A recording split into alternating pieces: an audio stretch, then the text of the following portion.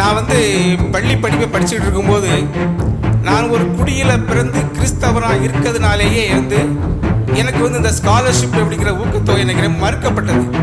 அதே சமயத்தில் என் குடியில் பிறந்த இந்து என்ற மாணவனுக்கு அவர் எவ்வளோ வசதி படைத்தாலும் அவனுக்கு கொடுக்கும்போது நான் ரொம்ப அடிமட்டத்தில் இருந்து வந்தவன், மிகவும் பின்தங்கிய ஏழை குடும்பத்தில் வந்ததுனால எனக்கு அது ஏக்கமாக இருந்தது. உங்களுடைய ஆட்சியில் இந்த ஊக்கத்தொகையோ மற்றது எதுவோ மதத்தின் சார்பாக இருக்குமா இல்லை பொருளாதார ரீதி சார்பாக இருக்குமாங்கிறது என்னுடைய தாழ்மையான கேள்வி. இங்கே நீங்க சொன்னதை அனுபவித்த மகன் நான். இந்த கிறிஸ்தவத்துக்கு போறவங்கள எஃப்சியா சேர்த்து வச்சுட்டதுனால, ஃபார்வர்ட் கம்யூனிட்டியா வச்சுட்டதுனால உங்களுக்கு அந்த ஸ்காலர்ஷிப் ஊக்கத்தொகை இல்லை. அதை படிக்கும்போது நானும் அதை பெறல, நிறைய பேர் அதை பெறல.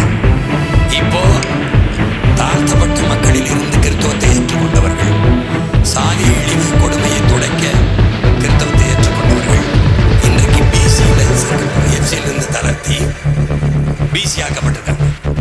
இப்போ தாழ்த்தப்பட்டவர்கள் கண்டு தனி தொகுதி இருக்குது, சிறப்பு தொகுதி. அதில் கிறிஸ்தவத்தை ஏற்றுக்கொண்டவர்கள் நிற்க முடியாதுங்கிற ஒரு நிலைமை இருக்குது. நீங்கள் சொல்கிறது தான்.